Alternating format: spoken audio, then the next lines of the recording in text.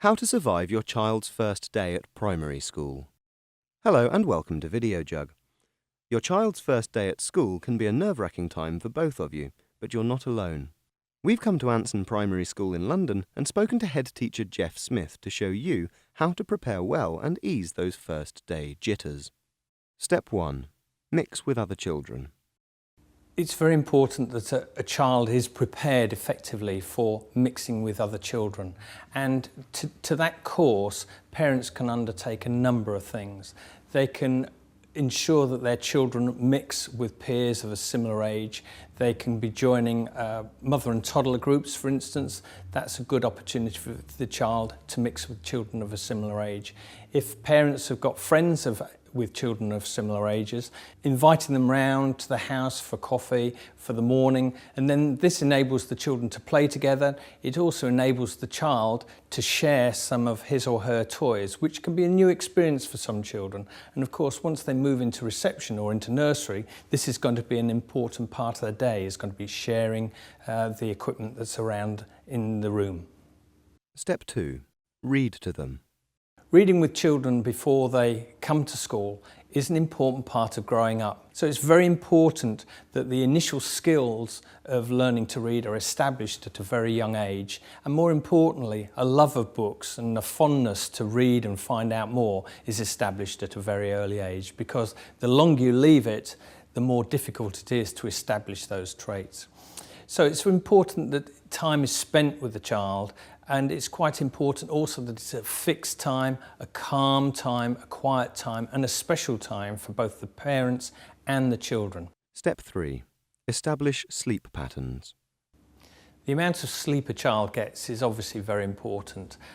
Children get very tired very quickly, and if they go to bed very late, then it impacts on them the next day.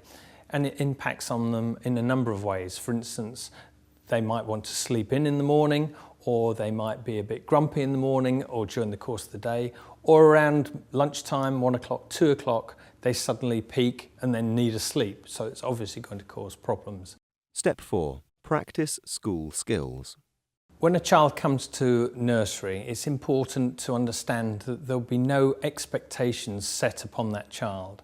As far as an understanding is concerned, there's opportunities for the parent to encourage the child to discuss and learn about things like the colours, numbers, letter formation, and that might not be using a pencil or a pen, for instance. It could just be using their fingers to mark out shapes that relate to letter formation later on, or it could be moving their finger through sand on a tray or shaving foam on a work surface. All those things start to establish the child's skills.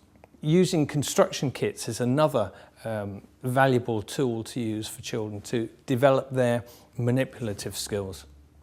And boys and girls gain a great deal of benefit from construction kits, so it's always useful to have that in their playroom or in their toy box for them to get out and to play with them.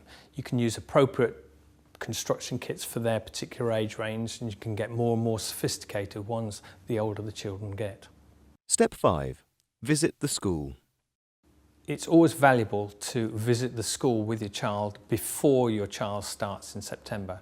Now, quite often schools will arrange visits for the children and the parents the term before. It usually happens about 2 or 3 weeks before the end of the summer term, and this will enable you to visit the school, visit the new classroom, meet the new teachers, and also give you the opportunity for the parents and the children and the teachers to get to know each other in preparation for September.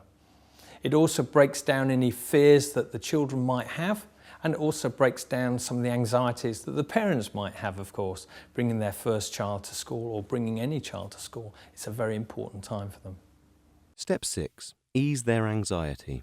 The other thing parents can do is to be enthusiastic and excited about the possibility of their child going to this new school. And then this enthusiasm will rub off on the child, and that could encourage them to have a very positive outlook for their new school.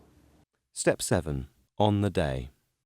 Parents find the first day of handing their child over to the teacher of a new school a very anxious time, and it can be very stressful for parents. And in fact, many a head teacher, I'm sure, has had to deal with a number of parents who've been crying as they've handed their child over to the teacher. Now, quite a lot of schools will have an open door policy, perhaps for the first few days. They might invite the parents in to play with the children or to work with the children in the classroom environment for all the session, or then perhaps for half the session, and then just come in for a few minutes, drop them off, and then vanish. All those opportunities there help make it not such a sudden transition for the child or the parents. But I think the important thing to do is to ensure that if the parent is making the decision to leave, that they go when they made that decision and they're happy, that they don't then come back and then go and then come back looking through the door, for instance, because that only upsets the child. They want to be able to get on with their work or their play or whatever they're doing with the teacher at the time. Done.